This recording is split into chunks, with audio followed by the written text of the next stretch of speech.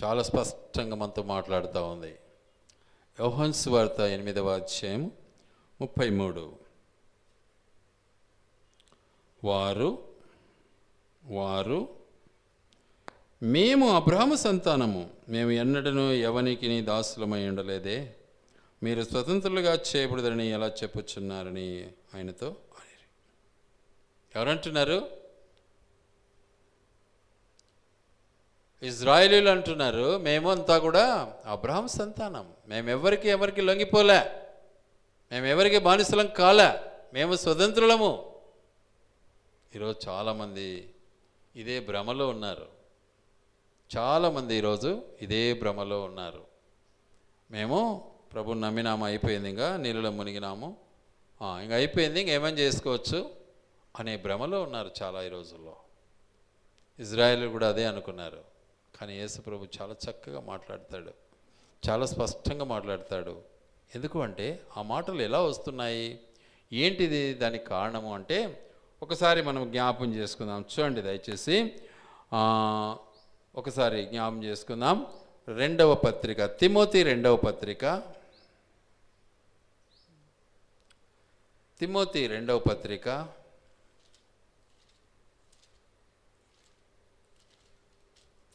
2వ పత్రిక 2వ అధ్యాయం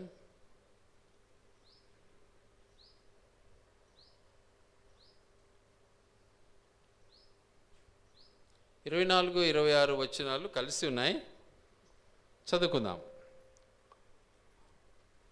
సత్య విషయమైన అనుభవ జ్ఞానం వారికి కలుగుటకై దేవుడు ఒకవేళ ఎదురాడు వారికి మారు మనసు దయచేయును. అందువలన సాతాను తన ఇష్టము చొప్పున చెరపట్టిన వీరు వాని ఊరిలో నుండి తప్పించుకొని మేలుకొనిదరేమో అని ప్రభు యొక్క దాసుడు అట్టి వారిని సాత్వికముతో శిక్షించుచు జగడమాడక అందరి ఎడల సాధువుగాను బోధింపు సమర్థుడుగాను కీడును సహించువాడుగాను ఉండవలెను. ఇది యేసుక్రీస్తు ప్రభుల వారి యొక్క అమూల్యమైనటువంటి తన యొక్క నడక, ఆయన నడిచిన నడక. ఏం వాసన వస్తుంది, ఏం వాసన వేసుకొని వచ్చినారు. కాబట్టి మనం ఈ సత్యాన్ని ఎరగాలి. ఏమంటున్నాడు ఇక్కడ? ఒకవేళ ఎదురాడు వారికి, ఎవరితో? దేవునితో. దేనితో? నీతితో. ప్రభుకు ఎదురాడే జీవితం. మన జీవితంలో ఎదురాడితే దేవునితో, వాక్యం ఉంది కదా, ఏమంటాడు? అపోస్తలుడైన పౌలుతో అంటాడు, ముని కొలలకు ఎదురు తన్నుట నీకు అసాధ్యము, సౌలా ఎందుకు ఆ పని చేస్తున్నావు అన్నాడు. ప్రభువా నువ్వెవరు? ఈ మెల్లని స్వరాన్ని ఎవరు? ముని కొలలకు ఎదురు తన్నుట నీకు అసాధ్యం, చేత కాదు అది. నేల మీద పడిపోయినాడు, తారాడుతున్నాడు, ప్రభువా నువ్వెవరు అంటున్నాడు. ఈ పరిస్థితి అలాగే ఉంది ఇప్పుడు.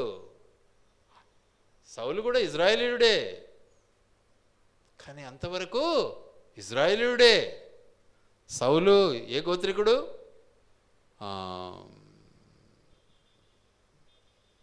బెన్యామీను గోత్రికుడు. అయితే ఎప్పుడైతే ప్రభువును దర్శించాడో, ఎప్పుడైతే ప్రభు తనకు దర్శనం ఇచ్చాడో, ఏమైపోయినాడు? శిష్యుడైపోయినాడు. యేసు ప్రభును చూడగలిగాడు. తను పాపినని ఒప్పుకున్నాడు. నేను పాపం చేశానయ్యా, ఇట్టి పాపిని నన్ను ఎలా క్షమిస్తావయ్యా అని యేసు ప్రభు దగ్గర ఏడ్చాడు. కాబట్టి మన బ్రతుకులో కూడా ఆ పాపపు స్థితిని, ఆ చీకటి జీవితాన్ని, ఆ వ్యాపారాన్ని, ఆ అసూయ, ఆ కపటము, వాటన్నిటిని తొలగించడానికి యేసు ప్రభుల వారు కంకణం కట్టుకొని మన మధ్యకి వచ్చాడు. వచ్చి అన్నాడు, ఇక్కడ వచ్చి ఏం చేశాడు? మన పాపం నుంచి మనల్ని విడిపించాలని ఇష్టపడ్డాడు. మన పాపం నుంచి మనల్ని విడిపించడానికి ఇష్టపడ్డాడు. అందుకే వాక్యం సెలవిస్తున్న మాట ఏంటంటే హెబ్రీలకు రాసిన పత్రిక 2వ అధ్యాయము 14-15 వచనాలు చదువుకుందాం. 14-15 వచనాలు రెండు కలిసి ఉన్నాయి, చదువుకుందాం. కాబట్టి ఆ పిల్లలు రక్తమాంసములు గలవారైనందున ఆ ప్రకారమే మరణము యొక్క బలము గలవానిని, అనగా అపవాదిని మరణము ద్వారా నశింపచేయుటకును, జీవితకాలమంతయు మరణ భయము చేత దాస్యమునకు లోబడిన వారిని విడిపించుటకును ఆయన కూడా రక్తమాంసములలో పాలివాడాయను. రకరకాల హేళన చేస్తుంటారు కొందరు అన్యులు. కానీ యేసుప్రభు ఎందుకు వచ్చాడు? మనిషిగా ఈ లోకంలో మనల్ని పంపాడు గనుక, రక్తమాంసములలో మనం పాలివారమై ఉన్నాము గనుక, యేసు ప్రభు కూడా రక్త మాంసములలో లేకపోతే, ఆయన మనిషిగా లేకపోతే మన పాపాలు క్షమించలేడు. ఎందుకు? వాగ్దానం ఇచ్చాడు. ఏమని? రక్తము చిందింపకుండా పాపికి క్షమాపణ లేదు అన్నాడు. కాబట్టి రక్తము ద్వారానే పాపికి క్షమాపణ. ఆ రక్తం కాచాలి అంటే మనిషిగానే రావాలి. గొర్రెలు, జంతువులు రక్తాలతో మనిషి పాపాలు మాత్రము పోవు, ప్రాయశ్చిత్తం కావు. గనుక మనిషిగా మన ఈ లోకానికి వచ్చాడు. ఆయన తన యొక్క స్థితిని మన ముందు పెట్టాడు. రక్త మాంసములలో పాలివాడయ్యాడు. అంటే మనిషిగా జన్మించాడు, మనిషిగా పుట్టాడు. పుట్టి ఏం చేశాడు? మనిషి పాపాన్ని తీసివేయటానికి అర్హుడయ్యాడు. అందుకే ఇజ్రాయేలీలు ఏమంటారు? మేము అబ్రహాము సంతానము, మేము ఎవరికి లొంగలా అంటారు. లొంగడం కాదురా నాయన, నువ్వు పాపం చేస్తున్నావు, నువ్వు పాపము ఒడిగట్టుకుంటున్నావు, నువ్వు ఏం చేస్తున్నావు? ఆజ్ఞ అతిక్రమం చేస్తున్నావు, విరోధంగా నడుచుకుంటున్నావు, పాపము. కాబట్టి నీ పాపము నుంచి నిన్ను విడిపించటానికి పాప శరీరాకారముతో యేసుక్రీస్తు ప్రభు మన దగ్గరికి వచ్చాడు. పాప శరీరాకారముతో మన మధ్యకి వచ్చాడు. కాబట్టి ఆయన రాకడ మనకు బహుపుణ్యము, బహు సంతోషము, బహు ఆనందము. కాబట్టి ఆయన మన దగ్గరికి వచ్చాడు, యెరూషలేముకి వచ్చాడు. కేకలు వేయండి. ఎవరు వచ్చారు? యేసుక్రీస్తు ప్రభు. ఎవరైనా? యూదా గోత్రపు సింహం ఆయన వచ్చాడు. కాబట్టి ఏం చేయాలి? ఆయనకు జయజయలు పలకాలి, ఆయనకు జయం చెప్పాలి. ఆయన విజయుడు, ఆయన జయించినవాడు, లోకాన్ని జయించినవాడు.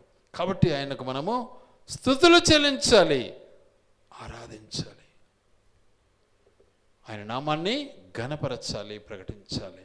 అది దేవుడు మనకిచ్చినటువంటి గొప్ప భాగ్యము. అందుకే ఇక్కడ అంటున్నాడు, దాస్యమునకు లోబడిన వారిని విడిపించటానికి వచ్చాడు. ఆయన కూడా రక్త మాంసములలో పాలివాడయ్యాడు. మనం రక్త మాంసం పెట్టుకొని మనం ఏం చేస్తున్నామో? పరిశుద్ధమైన పనులు చేయటంలే, అపవిత్రతతో కూడినటువంటి పనులు మనం చేయటానికి ప్రయాసపడుతూ ఉంటాం. దానికోసం 24 గంటలు ఆలోచన చేస్తాం, దానికోసము అందరినీ ఇబ్బంది పెడతాం. ఎప్పుడు తెలుసుకుందాం? వాటి నుంచి మనం వేరు కావాలి. అప్పుడు మనకు సమాధానము, అప్పుడు మనకు సంతోషము, ఆనందము దేవుడు ఇస్తాడు మనకు.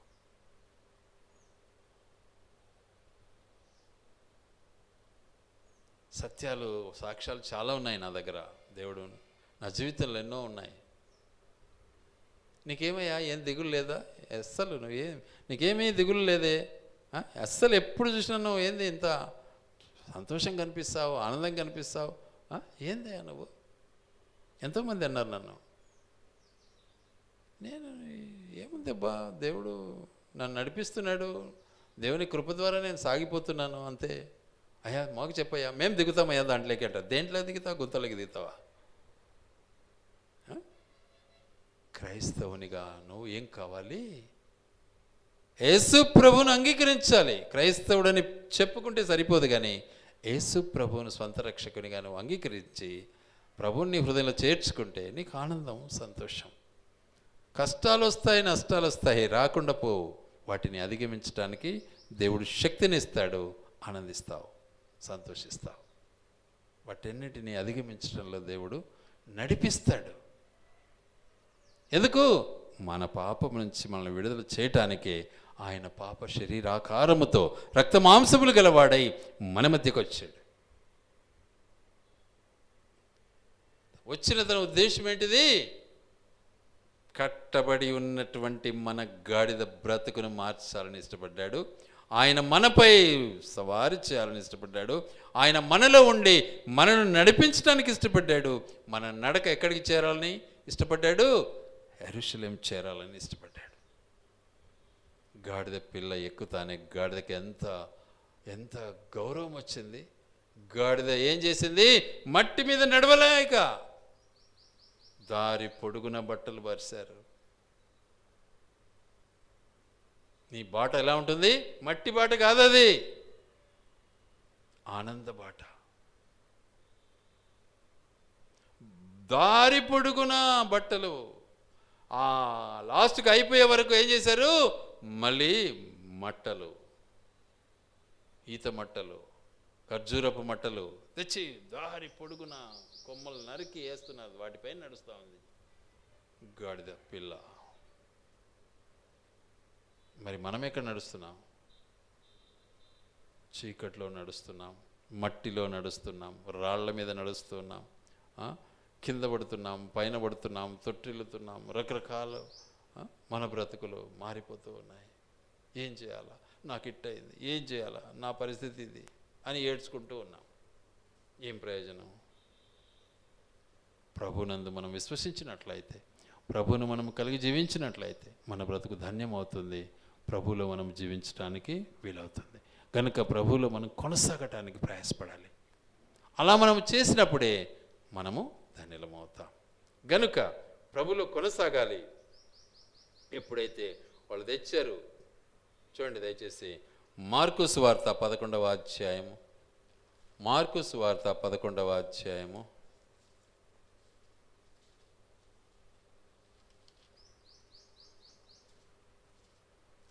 8వ వచనం చదువుకుందాం.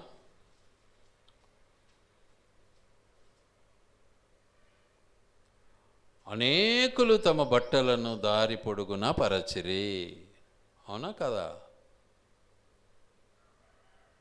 కొందరు తాము పొలములలో నరికిన కొమ్మలను పరిచిరి.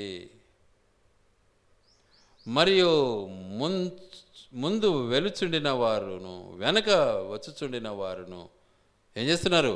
జయము, ప్రభు పేట వచ్చువాడు స్తుతింపబడునుగాక, వచ్చుచున్న తన తండ్రి అయిన దావీదు రాజ్యము స్తుతింపబడునుగాక, సర్వోన్నతమైన స్థలంలో జయము జయము జయము అని కేకలు వేస్తూ ఉన్నారు.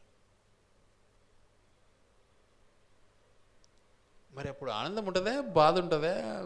ఏమైనా ఇబ్బంది ఉంటుందా? ఏడుపు ఉంటుందా? ఆనందం ఉంటుంది, సంతోషం ఉంటుంది. అట్టి ఆనందాన్ని మనం అనుభవించాలనే యేసుక్రీస్తు ప్రభుల వారు మన దగ్గరికి వచ్చాడు. మొట్టమొదటి గాడిద పిల్ల పైన ఏం చేశాడు? ప్రశస్తమైన వస్త్రాలు వేశాడు. ఆ తర్వాత ఆయన కూర్చున్నాడు, సవారి చేశాడు. మన పైన ఆయన సవారి చేయాలి. మనకేం వస్త్రాలు ఇవ్వాలని ఇష్టపడ్డాడు? ప్రశస్తమైనటువంటి వస్త్రాలు ఇవ్వాలని ఇష్టపడ్డాడు. మన హృదయం అనే వస్త్రాన్ని శుభ్రపరిచినటువంటి వస్త్రం. రక్త మాంసాలతో మనము అక్కడికి వెళ్ళాం.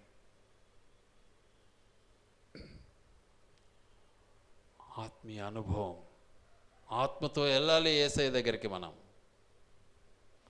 రక్త మాంసాలు అక్కడికి వెళ్ళలేవు. ఆత్మవశులమై ప్రభు ఆత్మతో మనము ప్రభు దగ్గరికి వెళ్ళాలి. గనుక ఆయన ఇక్కడే మనల్ని సిద్ధపరచడానికి యేసుక్రీస్తు ప్రభు వాళ్ళ వారు దిగి వచ్చారు. ఈ సత్యాన్ని మన ముందు పెట్టారు. పెట్టి ఆయన ప్రవేశాన్ని కలిగి ఉండటంలో కృప చూపాడు.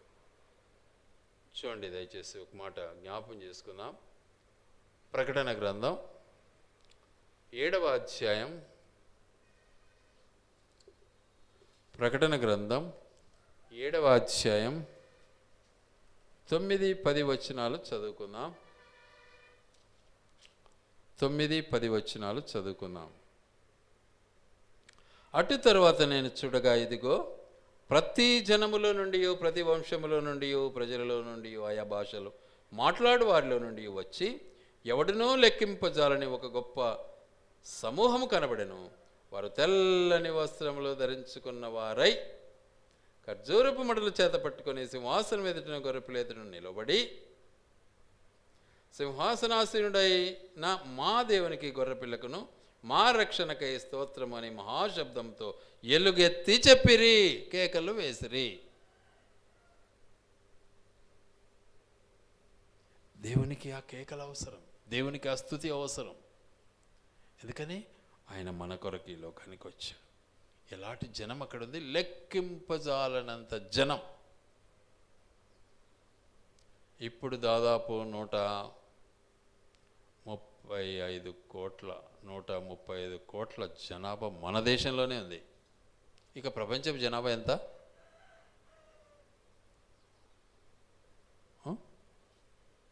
600 కోట్ల, 6,000 కోట్ల.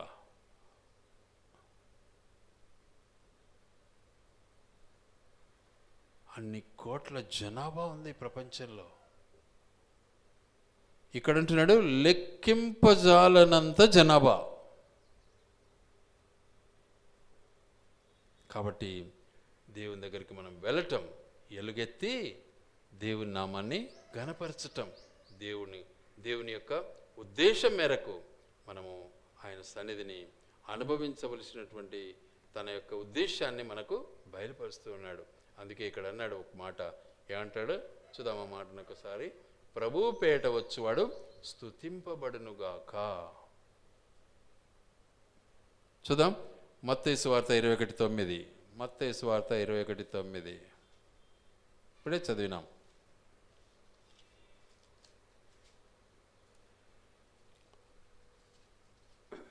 జనసమూహములలో ఆయనకు ముందు వెలుచుండిన వారును వెనుక వచ్చుచుండిన వారును, దావీదు కుమారునికి జయము, ప్రభు పేరిట వచ్చువాడు స్తుతింపబడునుగాక, సర్వోన్నతమైన స్థలములలో జయము అని కేకలు వేయిచుండిరి. పట్టణమంతయు గలిబిలైపోయింది. ఈయన ఎవరో ఏంటో యేసు అని చెప్పారు. నజరేతు వాడగు ప్రవక్త అయిన యేసు అని చెప్పిరి. అక్కడ ప్రవక్త అని వాడబడ్డాడు, కానీ ఆయన నిజరక్షకుడు, ప్రజలను రక్షించేవాడు ఆయనే. ఒకవేళ వాళ్ళు కేకలు వేయకపోతే పరిస్థితి ఏంటి? చూద్దాం ఆ మాటను ఒకసారి.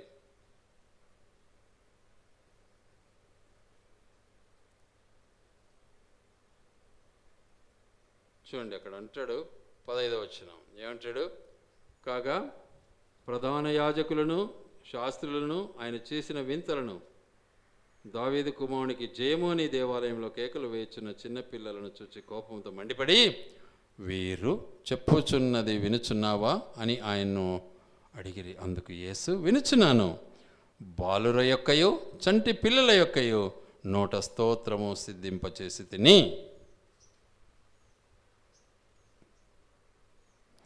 అని మాట మీరెన్నడూ చదవలేదా అని వారితో చెప్పి వారిని విడిచి పట్టణం నుండి బయలుదేరి బేతనియాకు వెళ్ళి అక్కడ బస చేశాను. చూసారా? ఎందుకంటే దేవుని యొక్క మహాగొప్ప తన ఉద్దేశాన్ని మన పట్ల నెరవేర్చడానికి ఇష్టపడినటువంటి మన దేవుడుగా ఈ లోకానికి వచ్చాడు. నిజంగా ఆయన ఏం చేశాడు? మనల్ని రక్షించాలని ఇష్టపడ్డాడు. అందుకే దావీదు మహారాజు ఒక మాట అంటాడు. 118వ కీర్తన 118వ కీర్తన 118వ కీర్తన 25, 26 వచనాలు చదువుకుందాం.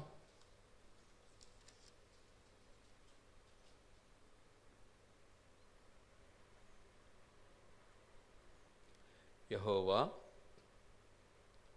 దయచేసి నన్ను రక్షింపుము. యెహోవా దయచేసి నన్ను రక్షింపుము.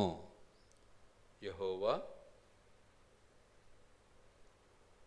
దయచేసి అభివృద్ధి కలిగించుము. యెహోవా పేరిట వచ్చువాడు ఆశీర్వాదమందును గాక. యెహోవా మందిరములో నుండి మిమ్మును దీవించుచున్నాము.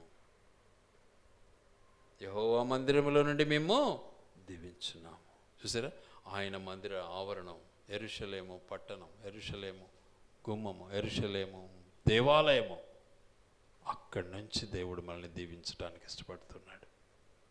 అక్కడి నుంచి మనము దేవుని యొక్క ఔన్నత్యాన్ని కలిగి ఉండాలని దేవుడు ఇష్టపడుతున్నాడు. కాబట్టి ప్రభువులో మనం కొనసాగుదాం, దేవునికి మనము స్తుతులు చెల్లిద్దాం. హోసన్నా హోసన్నా అని కేకలు వేసి దేవుని నామాన్ని మనం ఘనపరుచుకుందాం. ఈ సత్యాన్ని మనం ఎరిగి ప్రభువులో కొనసాగటానికి ఇష్టపడదాం. హేరోదు రాజు సైతం నిజంగా యెరూషలేము వారందరూ కలవరపడిరి. ఎందుకు కలవరపడ్డారు? ఏం కారణం? మార్కు సువార్త 11:11. మార్కు సువార్త 11:11.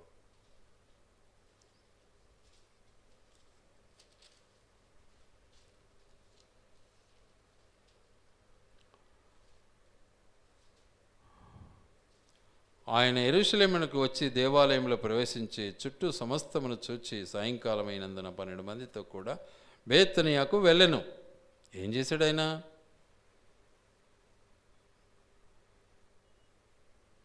కేకలేసి నడుస్తున్నారు. అద్భుత రీతిగా దేవుని నామాన్ని గణపరుస్తున్నారు. దావీదు రాజు, దావీదు కుమారుడు హోసన్నా హోసన్నా హోసన్నా అని కేకలేస్తున్నారు. హోసన్నా అంటే ఇప్పుడే రక్షించు అని అర్థం. హోసన్నా అంటే అర్థము ఇప్పుడే రక్షించు.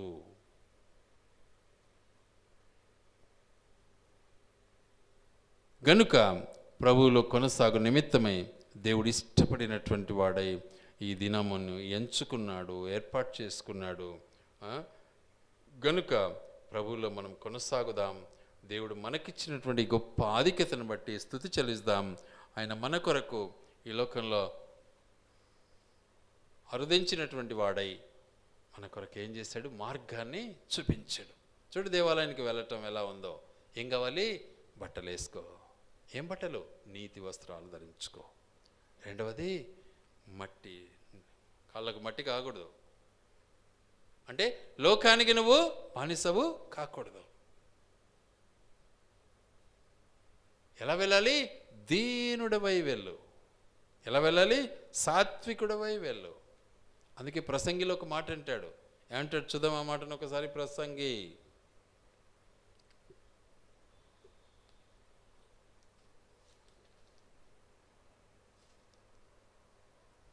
5వ అధ్యాయం 1వ వచనం.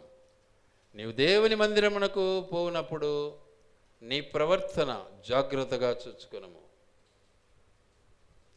బుద్ధిహీనులు అర్పించినట్లుగా బలి అర్పించుట కంటే సమీపించి ఆలకించుట శ్రేష్టము. వారు తెలియకయే దుర్మార్గపు పనులు చేయుదురు.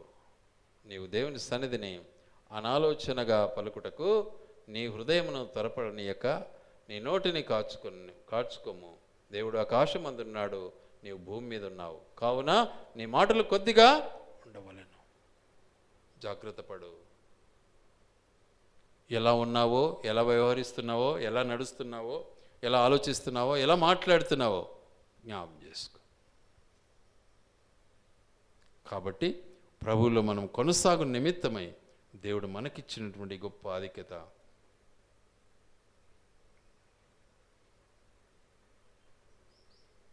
ఎందుకంటే దేవుడు ఈ లోకానికి వచ్చిన తర్వాత ఎన్నో గొప్ప కార్యాలు చేశాడు.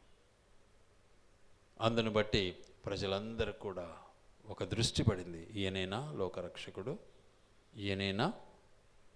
నమ్మలే సరిగా. అసలు యేసుప్రభుని సిలువ వేసింది ఎవరు? మతపిచ్చి. అర్థమైందే? యేసుప్రభుని సిలువ వేసింది ఎవరు? మతపిచ్చి.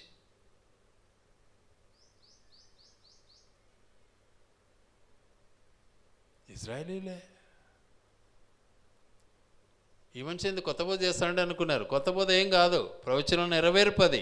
ప్రవచనాలు వాళ్ళు చదవలే, వాళ్ళు గ్రహించలే. ఈరోజు చాలామంది గ్రహించక ఎన్నో రకరకాల మాటలు మాట్లాడుతూ ఉంటారు. ఏం ప్రయోజనం దానివల్ల? నరకం వెళ్ళాల్సిందే. ఒకరోజు నువ్వు ఈ లోకం విడవలసిందే, లోకం నుంచి నువ్వు తప్పుకోవాల్సిందే. కాబట్టి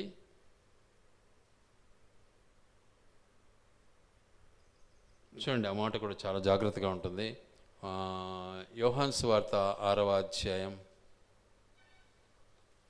యోహాను సువార్త 6వ అధ్యాయం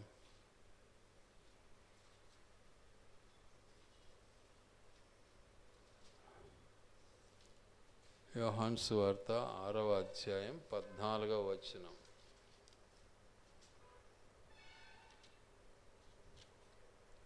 ఏమంటాడు?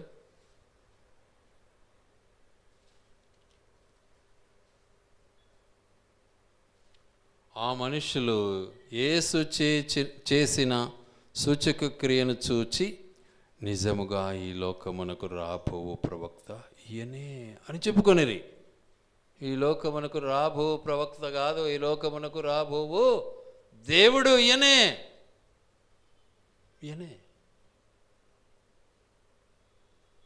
కాబట్టి ఆయన మన కొరకు వచ్చాడు, మనల్ని ఏం చేశాడు?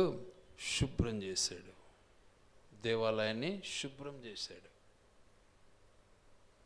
ఎందుకు? ఇది నా తండ్రి ఇల్లు అన్నాడు. ఈ ఇల్లు ఎవరిది? మనది కాదు. ఇది చాలామంది నేను అని స్వగర్వంతో రెచ్చిపోతూ ఉంటారు. ఏం ప్రయోజనం లేదు. ఇది మన తండ్రిది, ఆయన ఇల్లు, ఆయన నివాసం చేయాలి. అందుకే కుమారుని పంపాడు. ఆయన ఇంట్లో ఆయన ఉండాలి. కుమారుడు తన ఇంట్లో ఉంటాడు, బయట ఉండాడు. మనం నిజంగా ఆయన బిడ్డలమైతే ఆయన ఇంట్లో మనం ఉండాలి. సొంత ఇల్లు మనది, మన తండ్రిది. కాబట్టి అట్టి మహాకృప దేవుడు మనకు అనుగ్రహించి ఆయన కృపలో నిజంగా మనలందరినీ కూడా తన యొక్క రాజ్యానికి వారసులుగా చేయునుగాక. దేవుడి మాటలు ఆయన వెనుకళ్ళు దీవించి ఆశీర్వదించునుగాక.